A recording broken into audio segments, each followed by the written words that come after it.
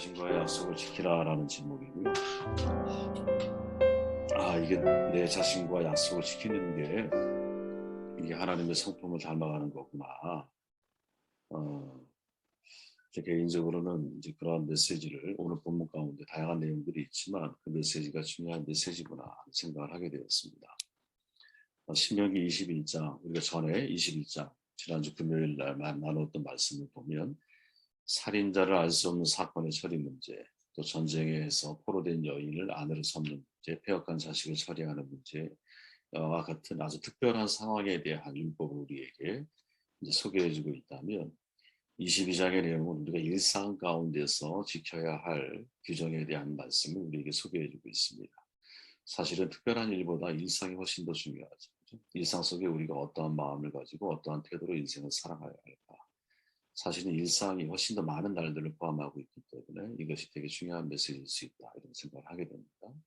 이 말씀을 통해서 하나님이 우리에게 계시하신 내용이 뭘까? 이 질문에서부터 묵상을 함께 나누기를 원하고 조금은 길지만 제가 1절부터 4절까지의 말씀을 다시 읽어보면 내 형제의 우양의 길 잃은 것을 보고는 못 본 채 하지 말고 너는 반드시 끌어다가 내 형제에게 돌릴 것이고 내 형제가 내게서 멀거나 내가 혹은 그를 알지 못하거든 그 짐승을 내 집으로 끌고 와서 내 형제가 찾기까지 내게 두었다가 그에게 돌릴지니 낙이라도 그리하고 의복이라도 그리하고 무릇 형제의 일은 아무 것이든 내가 없거든 다 그리하고 못 본 채 하지 말 것이며 내 형제의 낙이나 소가 길에 넘어진 것을 보고도 못 본 채 하지 말고 너는 반드시 형제를 도와서 그것을 일으킬지니라. 아멘. 내용과는 상관없이 자신과의 약속을 지키라라는 저는 소주제를 여기에 써놨는데 여러분 생뚱맞게 느껴질 수 있어요. 왜 이런 말을 했을까? 내용은 전혀 그런 내용이 아닌데 근데 제가 이러한 결론을 내리게 된 이유는 지금 본문에 있는 내용을 보면 하나님께서 이스라엘 백성들이 약속의 땅에서 일상의 삶을 살아갈 때 형제들의 우양 어떤 물건을 잃어버렸을 때 못 본 채 하지 말라 이렇게 말을 하고 있죠. 반드시 그 길 잃은 우양을 형제에게 돌려주라는 거예요. 형제가 멀거나 알지 못할 경우에는 가지고 있다가 나중에 돌려주라. 나귀도 그렇게 하고 의복도 그렇게 해라 이런 말이죠. 무엇이든지 형제의 잃어버린 것을 내가 취하지 말고 반드시 그에게 돌려주어라 이렇게 말하는 거죠. 그리고 형제의 낙이나 소가 길에 넘어졌을 때 못 본 채 하지 말고 반드시 형제를 도와 그리고 그를 일으켜줘 이렇게 말씀하죠. 왜 이렇게 말씀하는 것일까? 출애굽기 2장에 보면 사실은 그 힌트를 우리가 얻을 수 있는데 2장 23절에 보면 여러 해 후에 애굽 왕은 죽었고 이스라엘 자손은 고역으로 인하여 탄식하며 부르짖으니 그 고역으로 인하여 부르짖는 소리가 하나님께 상달을 해요. 그죠? 그래서 하나님이 모세를 부르시고 모세를 출애굽할 수 있도록 리더를 세우시죠. 하나님이 그 고통 소리를 들으시고 아브라함과 이삭과 야곱에게 세운 그 언약을 기억하사 이스라엘 자손을 권념하셨다 이렇게 기록을 하고 있습니다.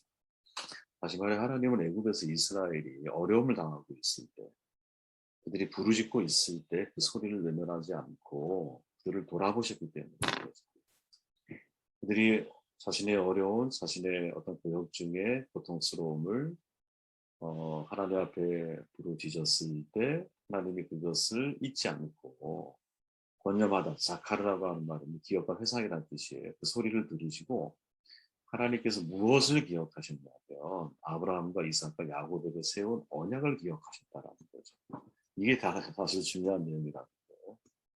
그들의 소리를 듣고 누구를 기억했냐면 뭐 이삭과 야곱은 아브라함의 후손이니까 아브라함과 맺었던 약속을 지금 기억을 하고 계시는 거죠. 가만히 생각해 보면 이건 대단히 놀라운 고백이거든요. 아브라함은 이미 500년 전에 죽었습니다. 그죠? 이삭도 야곱도 다 죽었어요. 지금 이 모세가 말하고 있는 대상은 출애굽 2세대예요. 근데 하나님께서 조상들과 약속한 것을 목격한 사람은 이 중에 아무도 없어요. 아무도 없다고. 아니 500년 전에 죽은 사람과 약속한 걸 우리가 어떻게 알아? 이들이. 그럼에도 불구하고 하나님은 스스로 그 언약 안에 자기 자신을 구속하고 계신다. 이것이 하나님의 사랑 방식이고 또 이것이 우리들의 삶의 방식이 되어야 한다. 달리 표현해 보면 하나님은 지금 부르짖는 소리를 듣고 어디를 기억하시냐 아브라함과 했던 약속을 기억하시는데 그때 그 약속은 아무도 몰라 출애굽 1세대 사람들은 오직 누구만 알아요? 하나님만이 알고 계신 거예요. 달리 표현해 보면 자기 자신과의 약속을 지키려고 계시는 하나님이라는 증인이 없어요. 증인이 없을지라도 내 자신의 양심에 대해서 증인이 되고 계시는 하나님을 우리에게 말해줍니다. 마치 그 하나님의 마음을 따라 바울이 그렇게 고백하잖아요. 내가 범사의 양심을 따라 하나님을 섬겼다라고 고백한 바울의 고백처럼 우리 역시 양심이 살아있는 사람이 돼야 합니다. 어떤 양심? 내가 한 약속을 내가 지키려고 하는 양심. 사실 여러분, 이 하나님이 아브라함과 언약을 체결할 때의 장면이 창세기 15장에 나오는데 15장의 내용을 보면 하나님이 이렇게까지 약속을 지켜야 할 이유가 있나 싶을 정도의 아주 빈약하고 아주 초라한 모습이거든요. 창세기 15장에 보면 아브라함이 여호와를 믿으니 이를 의로 여겼다 이렇게 이야기를 해요. 그리고 하나님이 아브라함과 언약을 체결하세요. 근데 이때에 하나님이 아브라함이 여호와를 믿었다라고 하는 내용이 뭐냐면 나는 후사가 없어요. 그러니까 내 몸에서 난 자가 아니라 내가 길러왔던 자 중에 엘라사를 내가 후사로 삼겠습니다라고 말했더니 하나님이 아니야. 그렇지 않아. 네 몸에서 날 자가 후사가 될 거야. 그러면서 밖에 데리고 나가죠. 무수한 배로 보이세요. 그리고 하나님이 그 약속을 하시니까 그때 뭐라고 말하냐. 아브라함이 여호와를 믿었다. 이렇게 말을 해요. 그러니까 정말 뭐랄까 의로 인정받기에는 너무나 빈약한 모습이지. 그런데 그 하나님 아브라함이 하나님을 믿었던 그 아주 겨자씨만한 그 믿음을 하나님이 딱 보시고 17절에 가서 이제 언약을 체결하시는 내용인데 해가 져서 어두울 때에 연기 나는 화로가 보이며 한우 횃불 쪼갠 고기 사이로 지나가요. 누가 지나가냐? 하나님이 지나가. 아브라함은 안 지나가. 이게 사실 되게 중요한 장면이거든요, 여러분. 이 상징적인 의미가 되게 중요해요. 원래 언약을 체결하면 같이 지나가야 됩니다. 왜? 그 언약을 깨면 풀다 죽겠다라는 거야. 목숨을 걸고 지키겠다라는 얘기야. 그런데 고기를 쪼개놓고 아브라함은 안 지나가고 하나님만 지나가요. 이 얘기는 뭐냐면 이 언약이 비록 깨졌다 할지라도 아브라함아 너는 책임이 없어. 그 책임을 내가 질 거야. 이 말이거든요. 이게 하나님의 사랑 방식이라. 대단히 일방적인 언약이고요. 일방적인 은혜가 포함된 언약이고요. 일방적인 언약임에도 불구하고 은혜로 뭐랄까 은혜로 맺어진 언약임에도 불구하고 하나님이 그 언약을 신실하게 지키고 계신다는 거죠. 이게 하나님이 자신과의 약속을 지키시는 모습을 우리에게 선보이시는 매우 중요한 사건이라고 저는 이해가 됩니다. 저는 여러분들 뭐 잘 아시지만 제 머릿속에 기억나는 가장 아름다운 약속 가운데 하나가 뭐냐면 휴먼 원정대 이야기 같이 영화로도 만들어졌잖아요. 히말라야라고 방북택 대위 히말라야 초몰 악마로 등장하다가 거기서 사라지잖아요. 1년 뒤에 그 시신을 장례 치르기 위해서 그것을 어머니 되자 그 휴먼 원정대가 찾아가요. 정말 영화 보는 내내 마음에 감동이 있어요. 그죠? 그들은 왜 거길 갔느냐? 그 동료들이 약속을 한 거야. 뭐라고? 어려움이 있으면 내가 반드시 너를 도와주러 올 거야. 그리고 그 스스로의 약속을 지켜내는 거야. 근데 그 길이 되게 고난의 길이거든요. 네팔 혹시 가본 분 계시겠지만 어마어마하잖아요. 그 산 앞에 서면 사람이 두려움, 뭐랄까요? 짓눌린다고 표현할까? 그냥 그 장엄한 산 앞에 서면 인간이 정말 아무것도 아니구나. 야, 저 산은 어떻게 올라가지? 이런 생각이 들 정도로 정말 보통 뭐랄까 힘겨운 그런 곳이거든요. 고난을 예고하고 있는 곳이지만 그 길은 자기가 걸어가요. 왜? 약속을 했기 때문에. 어렵지 않으면 사실 약속할 이유가 없죠.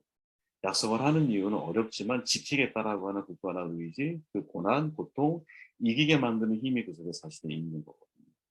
자신과의 약속은 여러분 아무도 보는 사람이 없지만 이게 나의 자존감을 결정하는 거거든요. 마지막 순간 내가 잘 살았다고 떳떳하게 말할 수 있는 사람은 여러분 자신과의 약속을 지키려고 노력했던 사람이거든요. 완벽하게 지켰다라는 말이 아니에요. 내가 그래도 나와 했던 약속에 대해서 최선을 다해서 한번 내가 지켜보려고 노력했던 사람이 마지막 순간에 양심이 내가 그래도 부끄럽지 않은 거지 내 자신한테.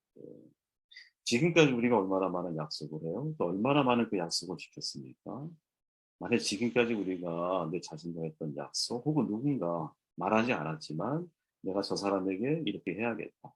내가 하나님 앞에 하나님 내가 이렇게 살아볼게요. 라고 약속했던 것들을 혹시 내가 놓치고 쉽게 간과하고 살아왔었다면 이 약속을 다시 한번 우리가 회복하는 것이 하나님의 마음 속성을 따라 닮아가는 중요한 모습이 아니겠나? 왜? 하나님은 진짜 대단히 중요한 장면이라고 봐요. 500년 후에 출애굽 2세대 아브라함과 약속을 한 번도 본 적이 없는 사람들에게 아브라함과 했던 약속을 기억해서 그들에게 신실하게 반응하고 계십니다. 그럼 그 약속의 주체는 누구냐? 하나님 자신인 거예요. 자기 자신과의 약속, 스스로의 약속을 지키시려고 하는 하나님.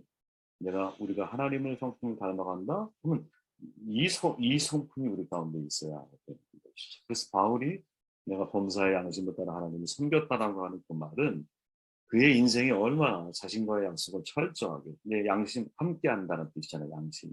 하나님이 내 마음을 함께 하고 계셔. 그래서 마음으로 품는 생각이지만 이 마음을 신실하게 지켜나가려고 하는 삶의 태도를 가지고 있을 때 우리가 시편에 보면 그런 기도 있잖아요. 내 마음의 묵상과 입술의 고백. 이것이 하나님께 흠양되기를 원하자. 마음으로 품고만 있어도 하나님이 그것을 응답하시는 역사를 우리 진짜 경험할 수 있게 돼요. 저는 저희가 이렇게 좀 높은 수준의 신앙인의 모습으로 자라가면 얼마나 좋을까 하는 생각을 해보게 되었어요. 자기 자신과의 약속 중요하구나. 이게 하나님의 마음을 따라가는 거구나 하는 거예요. 5절 말씀 읽어볼게요. 여자는 남자의 의복을 입지 말 것이요 남자는 여자의 의복을 입지 말 것이라 이같이 하는 자는 내 하나님 여호와께 간증하는 자입니다. 아멘. 남자는 여자의 옷을 입지 말고 남자의 옷을 입지 말아라. 이거 뭔가 도대체 그죠? 남녀의 옷을 구별해서 입으라는 말 이건 아닐 거예요, 그죠? 요즘 같은 시대에는 유니섹스 시대 아니에요. 남녀 구별이 없어. 커플티 입는 거 자연스러운 시대예요. 그런데 이 말을 만약에 율법적으로 그냥 받아들인다면 그렇게 하지 말라는 건가? 이렇게 이해가 되죠. 근데 사실은 역사가들에 의하면 가난한 사람들이 여자가 남장을 하고 남자가 여장을 해서 주술적인 의식을 행했던 것으로 보여요. 오늘날에는 이게 옷만이 아니죠. 성까지, 그죠? 내가 원하는 모습을 바꾸는 거예요. 트랜스젠더라고 그러나요? 그죠? 남자가 여자가 되기도 하고 여자가 남자가 되려고 하기도 해요. 옛날에 그게 옷이라고 하는 것을 통해서 이제 표현이 된 거죠. 이거에 대해서 여러 논란들이 있지만 결국 인간의 죄, 욕망으로 인해서 나타나는 현상들이죠. 소돔과 고모라성 모습과 다를 바가 없어요. 로마서에 보면 동성애 문제가 나오잖아요. 그래서 똑같이 로마사에도 마찬가지였어요. 로마의 붕괴는 여러분 내부의 부패로 인해서 붕괴한 거잖아요. 율법의 가장 중요한 관심사는 뭐냐? 하나님의 정해진 질서를 교란시키지 않는 거예요. 그러니까 보통 우리는 창조의 질서라고 그러잖아요. 하나님의 창조의 질서를 존중하고 지켜가는 것. 이거는 달리 말하면 하나님에 대한 경외하는 마음이거든요. 창조 세계 안에서 번영하는 기본적인 요건이 이 속에 담겨 있는 거. 아주 간단한 말이지만 여러분, 새는 하늘을 날개치는 멋있는 거예요. 물고기는 물에 있을 때 가장 아름다운 거예요. 물고기를 여러분 자유롭게 해주겠다고 하늘로 한번 던져보세요. 꺼내보세요. 그러면 허파로 숨을 못 쉬니까 우리를 폐가 없으니까 그죠? 잠시 살다가 죽는 거야. 물속에 있을 때 잘. 인간은 땅을 딛고 하늘을 바라보며 살 때 가장 아름다워. 경계가 지어져 있다라는 그 경계 한계 안에 있는 제한된 한계 속에 있는 것이 사실은 가장 아름다운 창조의 질서고 그 제한된 한계 안에서의 자유를 누리지 않은 것이 그게 진짜 우리가 배워야 할 하나님의 속성입니다. 하나님이 예수님이 이 땅에 오셔서 인간이 되셨다라고 하는 것은 당신의 자유를 제한하는 거잖아요. 그죠? 제한된 사랑이거든요. 하나님이 인간이 되셨잖아요. 근데 그 제한된 사랑 속에 무엇이 있어? 구원이 있고 생명이 있는 거예요. 우리 역시 마찬가지라고. 에덴의 추방이 뭐예요? 내 한계를 벗어나려고 했던 것이 문제였던 거죠. 다시 다르게 표현해 보면 나의 한계 안에서의 자유를 누릴 줄 알고 그 한계 안에서 하나님을 내가 만날 줄 알고 그 한계를 감사할 줄 알고 그 한계로 인해서 오히려 내가 하나님을 사랑하게 되는 사람이 되는 것이 중요한 것이죠. 창세기 1장에서 여러분 개인적으로 가장 감동적인 구조를 꼽으라면 저는 종류대로 지으셨다는 말씀을 되게 좋아요. 하나님의 땅의 짐승들을 그 종류대로, 가축을 그 종류대로, 땅에 기는 모든 것을 그 종류대로 만드시니. 눈으로 읽어보세요. 하나님이 보시기에 좋았더라. 이게 참 하나님이 보시기에 좋아하다. 하늘에 나는 새 종류대로, 땅의 모든 들짐승, 바다 물고기 다 종류대로 헤아릴 수 없게 만들어놨어요. 진화론 저는 이게 오랜 시간을 통해서 한 종에서 다른 종으로 진화되었다라고 주장을 해요. 근데 종이 종을 넘어서는 경우는 단 한 번도 없어요. 역사상. 과학자들이 그 밝혀내지 못해요. 하나님이 각기 종류대로 지으셨어요. 종류대로 지으셨다라는 말은 다양성이죠. 그죠? 왜 이렇게 다양하게 지으셨을까? 다양성이 조화를 이루어서 아름다움을 만들어내는 거예요. 조화를 이루면 모두가 다 필요한 거예요. 퍼즐 한 조각만 놓고 보면 여러분 쓸모없어요. 그런데 퍼즐 조각을 다 맞춰놓으면 얼마나 아름다운 작품이 완성이 돼요. 하나하나가 다 요긴한 조각인 거죠. 중요한 것은 그 다양성이 하나님의 창조의 질서라는 거예요. 발음은 틀린 게 아니에요, 여러분. 차이가 차별이 되면 안 돼요. 그래서 다양성을 획일적으로 통일하려고 하면 안 돼요. 다양성을 그대로 받아들여야 돼요. 그게 아름다운 거예요. 제가 영성에도 빛깔이 있다고 그랬잖아요. 그죠? 바돌로메 같은 사람은 묵상하며 하나님을 만나는 건 사무예요. 베드로는 행동주의자예요. 바울은 여러분 지적인 인간이에요. 사실은. 대단히 지적인 인간이에요. 그리고 바나바는 아주 인성이 뛰어난 사람이에요. 그러니까 색깔이 다 달라요.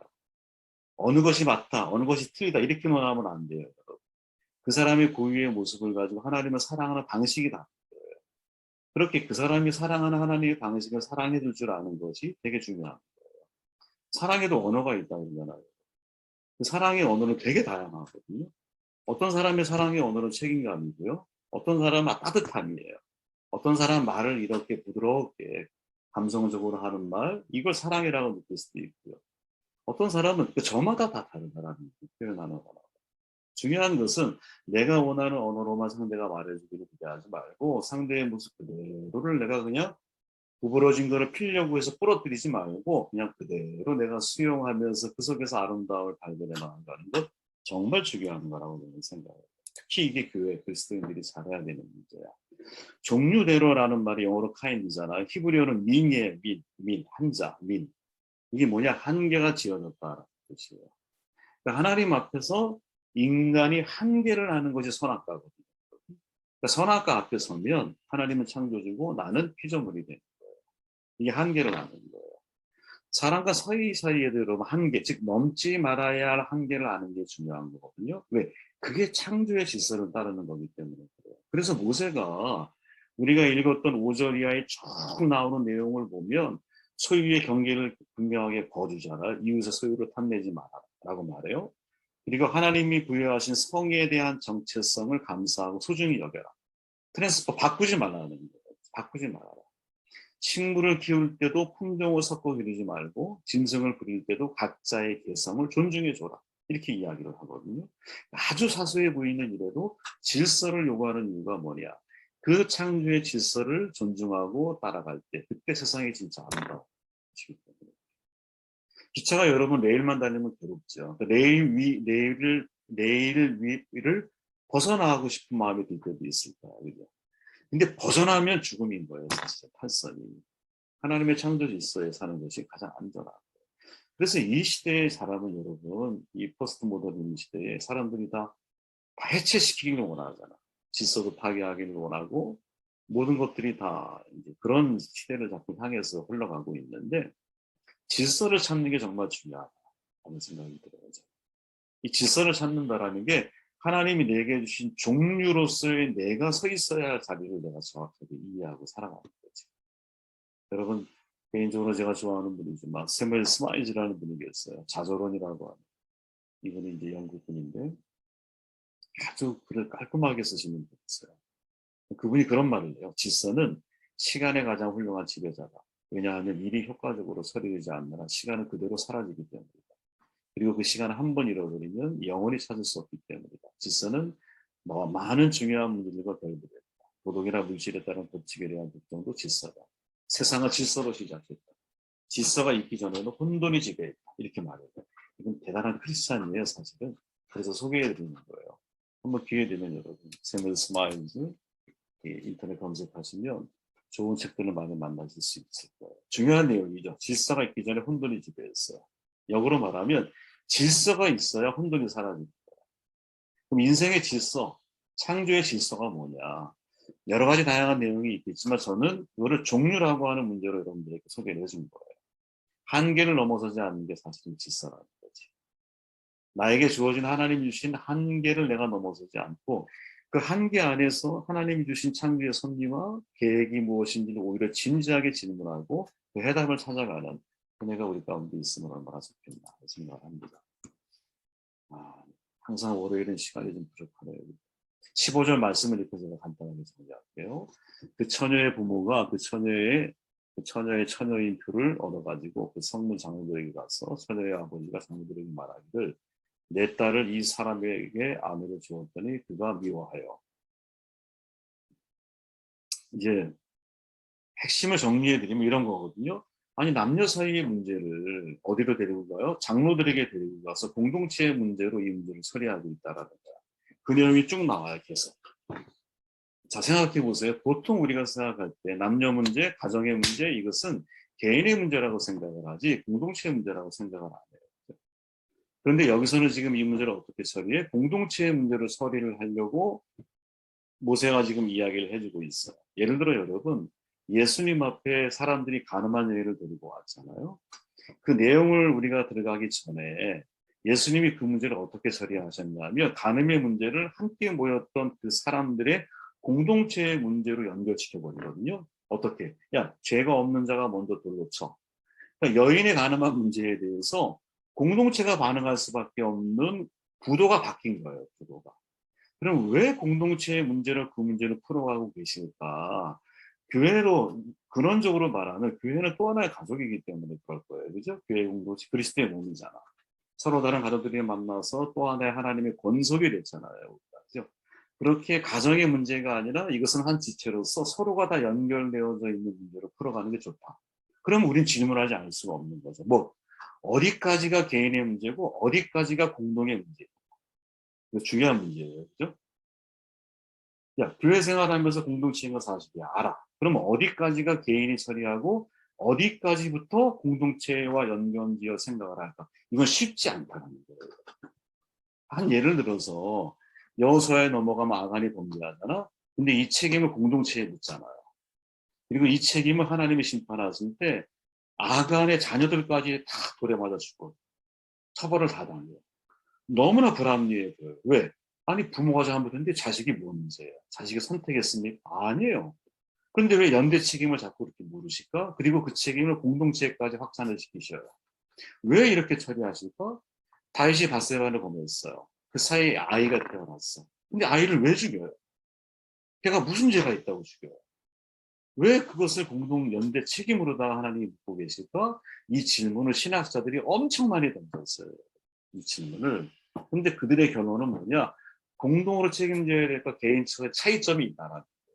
그 공동 책임을 묻는 것은 뭐냐? 하나님과의 언약을 깨뜨렸을 때.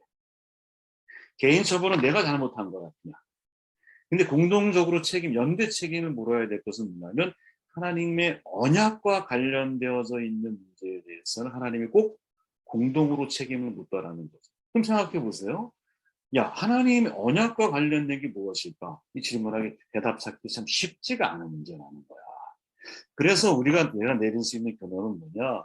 제가 지금까지 내릴 수 있는 결론은 그런 거라는 거죠. 야, 나의 문제가 항상 공동체에 어떤 영향을 끼칠 수 있는지를 생각하며 행동을 해야 되는 게 맞구나. 이해되시죠? 나의 행동이 내 가족에게 어떤 영향을 끼칠 수 있을까? 악영향이 될까? 아니면 선한 영향이 될까? 내가 교회 안에서 하는 행동이, 나의 선택이 공동체에게 위해가 될까? 아니면 도움이 될까? 다윗이 왜 연대 책임을 물었을까? 간단하죠. 다윗은 왕이잖아. 그의 죄는 백성들의 일반 죄와 같은 문제가 아니야. 그리고 그의 살인은 일반 사람들이 저지른 살인과 같은 문제가 아니야. 또 그는 많은 백성들이 하나님을 경외하는 사람이라고 하는 칭송받는 자리에 서 있었잖아요. 그러니까 그의 문제가 같은 문제로 같은 무게로 처리될 수가 없는 거라는 거지.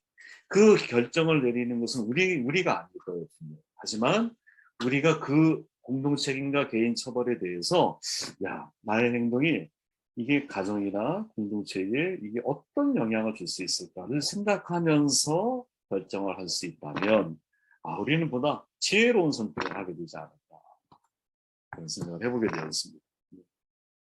말씀을 뭐 정돈해 보면 여러분 21장 내용은 일반 규정이거든요. 그런데 그 내용을 묵상하면 우리를 큰 질문 가운데 이렇게 서게 만드는 것들이 있어요. 그 중에 핵심에서는 하나님이 자신과의 약속에 신실하신 분이시구나. 이걸 우리가 참 잊지 말아야 되는 거예요. 하나님께서 아브라함과 했던 약속은 500년 후에 백성들에게 후손들에게 아무도 증인이 없는 거예요. 그 약속을 신실하게 지키시는 모습이 우리가 정말 갖춰야 할 신앙인의 모습이 아닐까